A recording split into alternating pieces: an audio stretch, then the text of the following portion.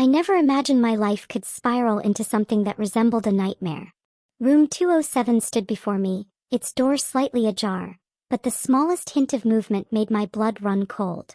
Yesterday, the judge had signed our divorce papers, officially ending my marriage to Emily, but I had no idea the real torment was only beginning. As I stepped closer, the metallic scent of fear hit me like a slap. Something was very, very wrong. The door wasn't fully open. A cold steel barrel protruded through the crack, pointed directly at my chest. My heart stopped. I froze mid-step. And then I saw it. A blinking red light in the corner of the room. Camera. A live stream. And the horrifying realization hit me. She had been broadcasting me to 187,000 strangers since the judge signed our divorce. Every twitch, every step I made, every fear-stricken breath was being watched. I glanced at the countdown she had started. My pulse raced. She wasn't just threatening me, she was controlling the narrative, orchestrating a public spectacle of terror. My mind spun, recalling every little lie, every cruel smile, every moment I'd ignored the warning signs. Emily had planned this meticulously, like a predator stalking its prey. And I was the prey. My eyes scanned the room for a weapon, a chance, anything. The papers on the desk were scattered, but one caught my attention. A printed copy of the divorce agreement, her red pen circling the most damning sections. My assets, my finances, the things I thought were protected. She had turned my life into a script for humiliation, and the audience was here to watch the climax. "Don't move," her voice whispered, ice cold, laced with amusement. I raised my hands slowly, trying to appear calm. Her knife gleamed under the dim light. Every instinct screamed at me. This was not a game to her. Every second I hesitated, every movement I made, was being dissected by thousands of eyes online.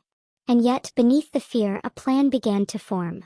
I had to survive, not just for me but to end her control. I spoke, keeping my voice steady despite my racing heartbeat. "Emily, this isn't necessary." Her smirk widened. "Necessary?" she echoed, stepping closer. "You think this is about necessity? No, darling. This is about showing the world who you really are, and making sure they see you at your weakest." She circled me like a wolf, her eyes glinting with malice.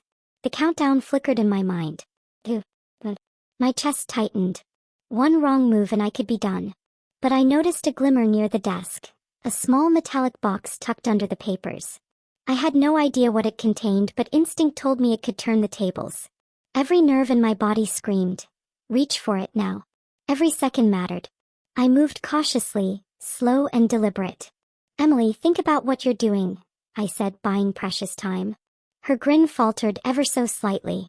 She lunged toward me in a sudden burst of rage, but I had prepared. My hand shot to the box, flipping it open to reveal my phone, configured to control her camera remotely. My hands shook, but I hit the disconnect button. The red light went out. The live stream died. The world watching me vanished in an instant. I saw the flicker of shock in Emily's eyes. For the first time she was off balance, vulnerable. The hunter had become the hunted. I lunged, knocking the knife from her hand, sending it skittering across the floor. The gun. I kicked it away, out of reach. Her carefully crafted trap was crumbling. "You betrayed me," I said, my voice low but sharp, the tension thick in the air. "You used strangers to watch me, to humiliate me, to terrorize me. You thought you had all the power. But now, the tables have turned." Her face twisted in panic, rage, and disbelief. She lunged again, desperate, but I sidestepped with precision. She stumbled, and I saw the first real hint of fear in her eyes. I grabbed my phone and began recording. Not for social media, not for viewers, but as proof of her obsession, her cruelty, her betrayal. Every threat, every cruel plan, every public humiliation she had orchestrated would be documented. She had tried to make me the villain of her twisted show, but the truth would come out. She had underestimated me, underestimated my instinct to survive. By the time the authorities arrived, Emily was cornered. The police confiscated her devices, the camera, the livestream setup. Everything. Her plan had failed spectacularly. She had wanted to destroy me, but in the end she had only exposed herself. The evidence was clear. The betrayal was undeniable. And I had survived. As I stepped out of room 207, bruised but alive, I realized the depth of her deception. The betrayal wasn't just marital. It was psychological, public, and calculated. She had tried to humiliate me in front of the world, but I had turned her own game against her. Emily would pay for her crimes. I would rebuild. I would rise stronger than ever. And though the world had watched, though thousands had witnessed my terror, none of them truly understood what had happened.